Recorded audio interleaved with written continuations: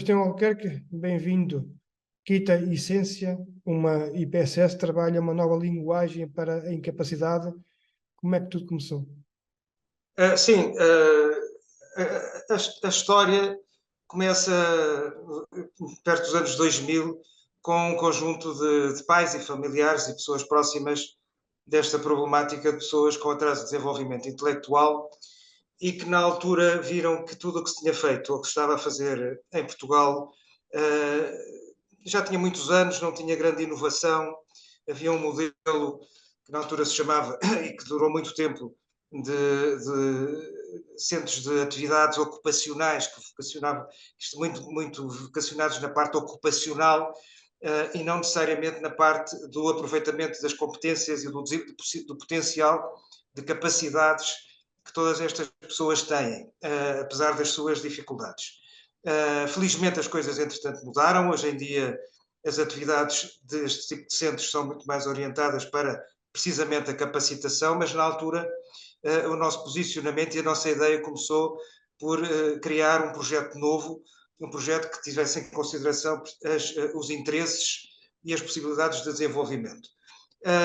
Juntámos-nos com um grupo de pedagogos, de pessoas que acompanhavam todas estas questões e também numa série de práticas internacionais que foram investigadas na altura, e criou-se um modelo de desenvolvimento que tinha características muito próprias e que ainda se mantém. Por exemplo, todas as atividades que aqui são desenvolvidas não são desenvolvidas por mais de 2 horas, ou seja, as pessoas que aqui estão, os nossos às vezes miúdos, como lhes chamamos genericamente, mudam de atividades de 2 em 2 horas, mudam de pessoas com quem estão a trabalhar de 2 em 2 horas e os monitores, o tipo mudam o seu grupo de trabalho para não criarem relações muito restritas a determinada sala, e inclusivamente fazem um conjunto de atividades que nem sempre são feitas aqui. Há muitas atividades externas, saem para a natação, saem para a hipoterapia, saem para passeios, saem para atividades de inserção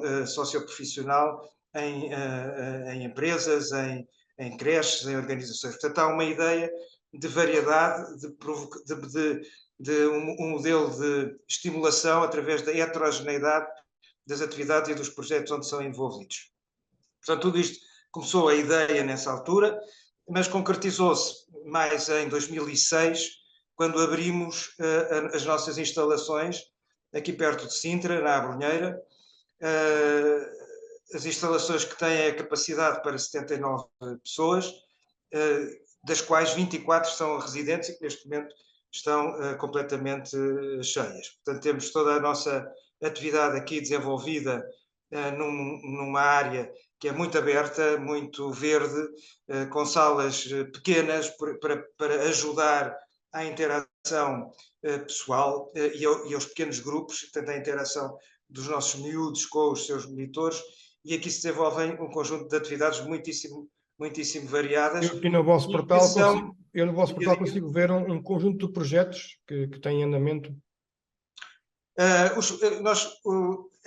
muito interessante. Nós temos um conjunto de atividades que vão desde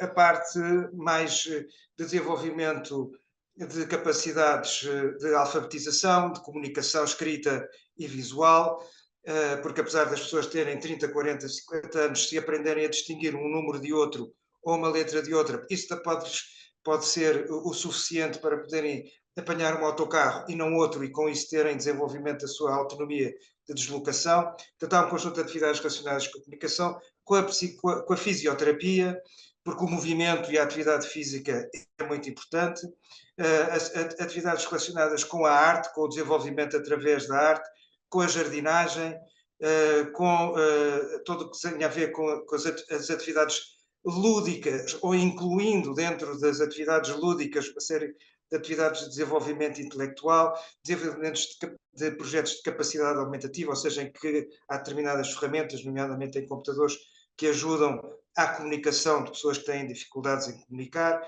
Enfim, um conjunto de atividades que são muito variados. Mas digamos que paralelo ou correndo todas estas atividades, há normalmente um conjunto de projetos, porque também para nós é importante que as pessoas desenvolvam algumas competências sociais que às vezes não são, que para nós, digamos que no mundo são quase automáticas, mas que para determinado tipo de pessoas também precisam de ajuda para compreender esse tipo de competências sociais, como, por exemplo, a necessidade de cumprir determinado objetivo ou de desenvolver um trabalho em equipa para uma determinada data. E, tipicamente, para estes projetos, utilizamos o calendário do ano, portanto, tudo o que seja relacionado com uma festa de Natal, ou uma festa de Halloween, ou a preparação de um arraial, ou, tudo isto se desenvolve nos vários ateliês.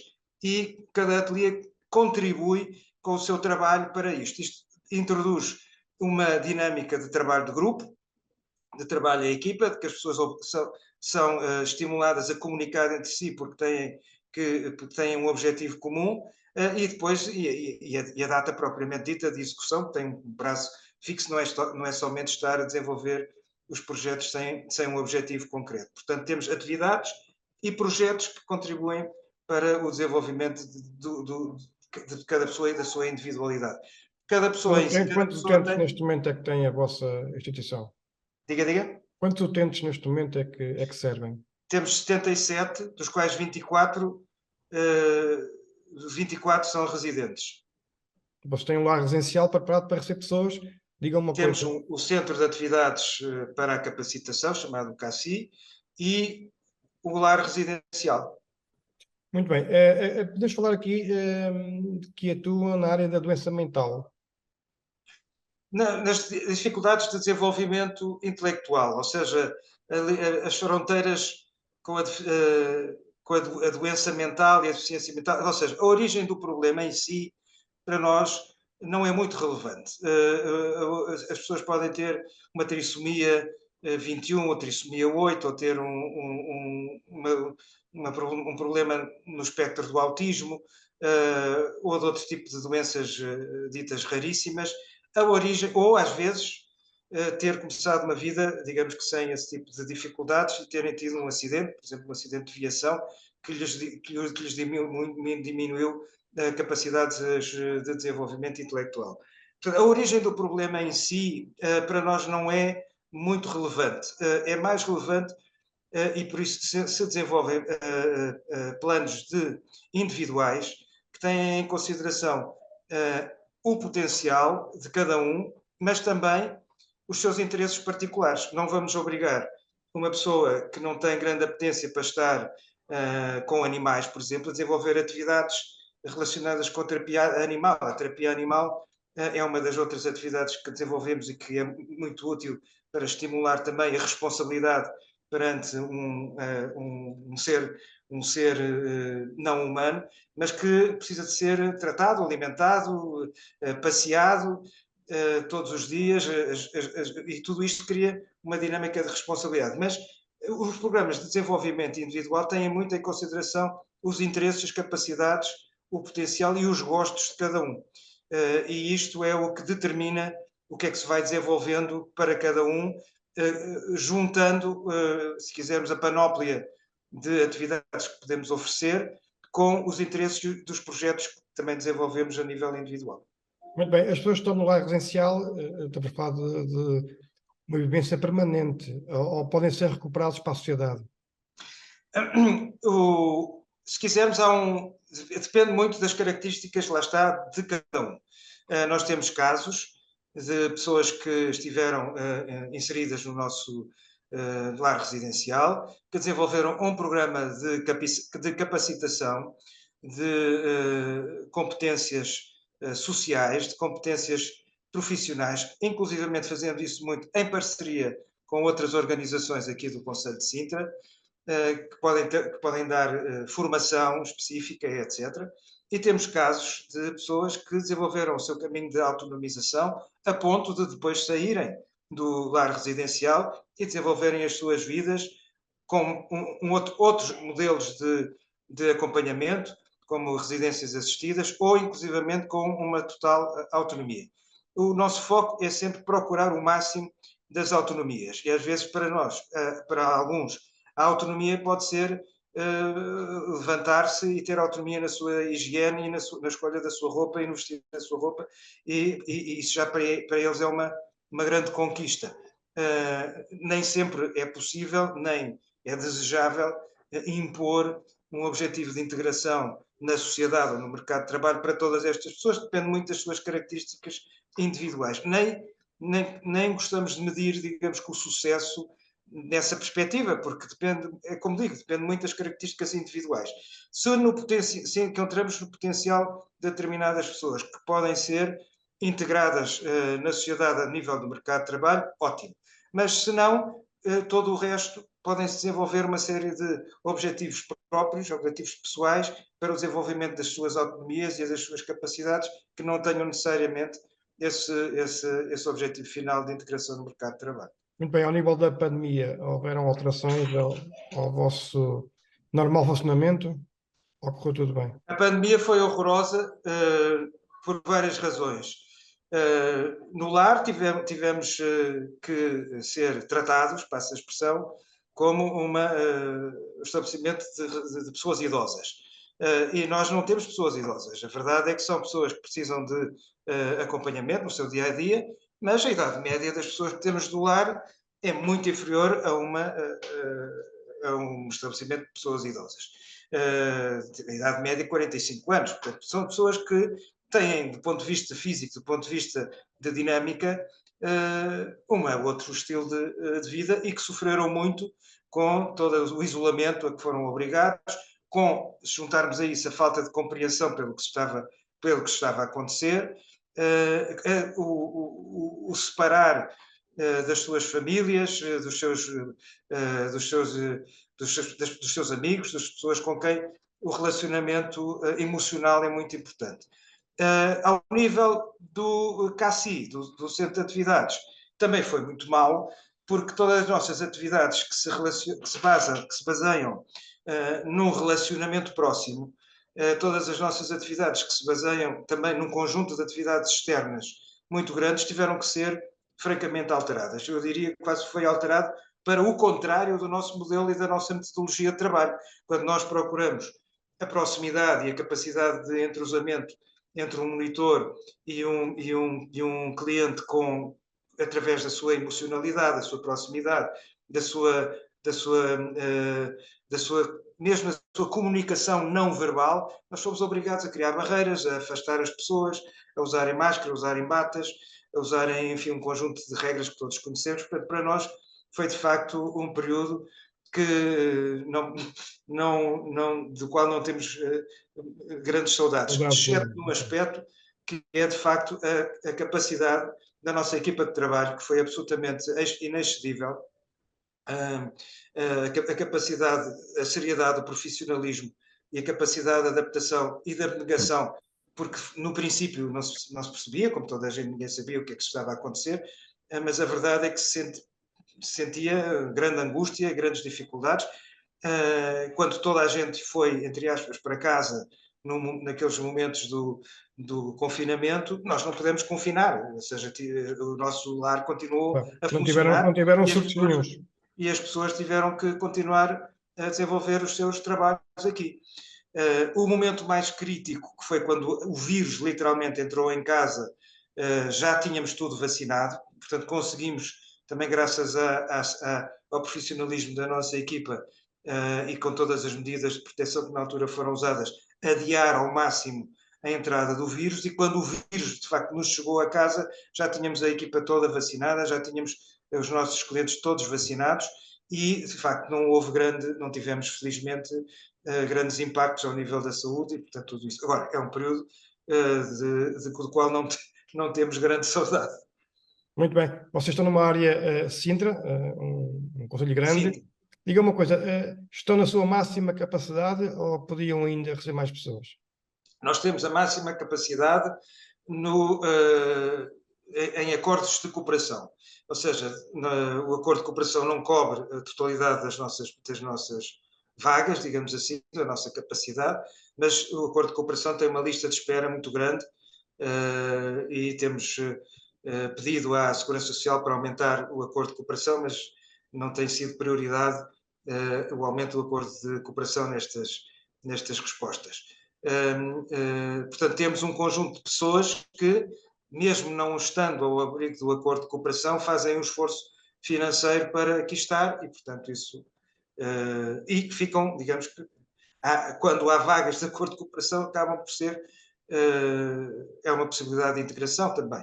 Mas a verdade é que tem apoio, obviamente, da Câmara de Sintra e das instituições locais. temos apoios da Câmara, temos apoios da Câmara de Sintra.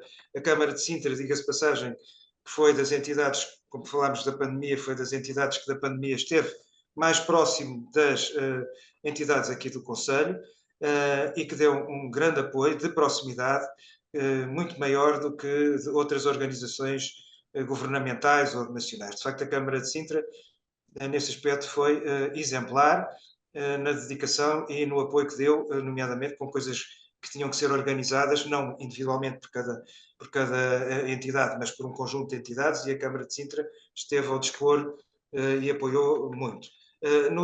Na atividade regular também há apoios da Câmara, nomeadamente para transportes, nomeadamente para a manutenção de instalações, também para algumas atividades. Portanto, nós não nos queixamos. Agora, do ponto de vista de apoio digamos que da Segurança Social, o que temos é organizado através dos acordos de cooperação. E é mal percebido, eu acho, pelo público em geral, de que existe uma enorme contribuição das famílias para estas instituições, porque dá-se a ideia de que estas instituições, como têm acordos de cooperação, têm os seus rendimentos cobertos pelo Estado. E não é assim.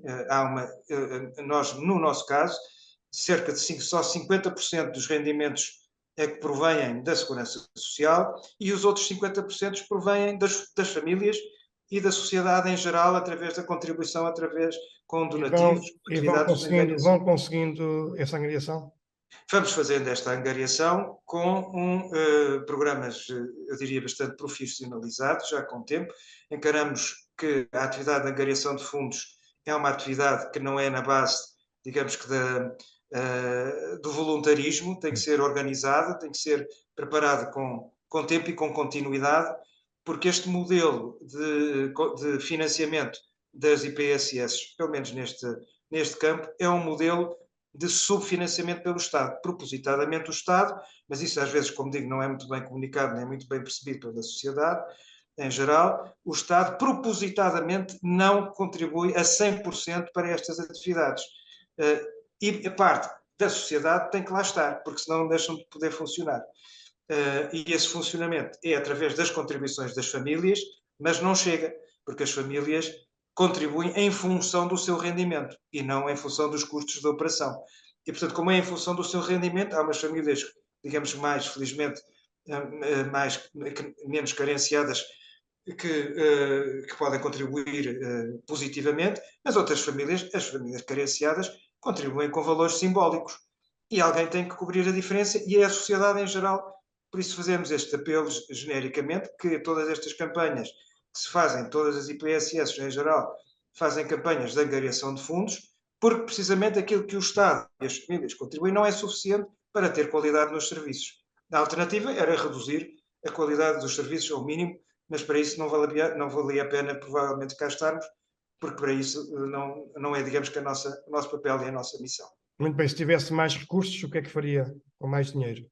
Nós temos um projeto de construção de uma nova residência para mais 24 pessoas e um novo centro de atividades e de capacitação para a inclusão, que agora se chama, para 30 pessoas. Portanto, nós podíamos ter mais 30 pessoas aqui a ser servidas, das quais 24, portanto, duplicávamos a nossa capacidade residencial. Esse é um grande projeto. Nós temos espaço para ele, temos o projeto de arquitetura já com um pré-licenciamento da Câmara e tudo isso, mas é um projeto de investimento que aí sim precisa de acorrer aos programas do Estado que para este efeito existem. Infelizmente o PRR, que é tão falado, não teve um programa específico para unidades residenciais para pessoas com deficiência.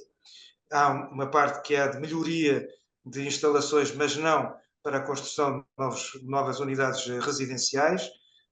E, portanto, há um conjunto de outros programas que de vez em quando aparecem e que nós concorremos, mas é um projeto que temos já há uns anos, é um projeto que, digamos, que estaria pronto para andar, exceto na parte da engenharia financeira que seria necessária para o montar.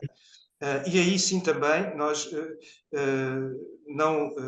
não teríamos uma capacidade de o fazer exclusivamente com acesso a meios de ajuda privados, digamos assim, portanto o Estado teria que ser nosso sócio na criação dessa nova residência, mas, como digo, estaríamos prontos para avançar com ele assim que houvesse uma engenharia financeira completamente organizada para o efeito. Muito obrigado pela sua entrevista.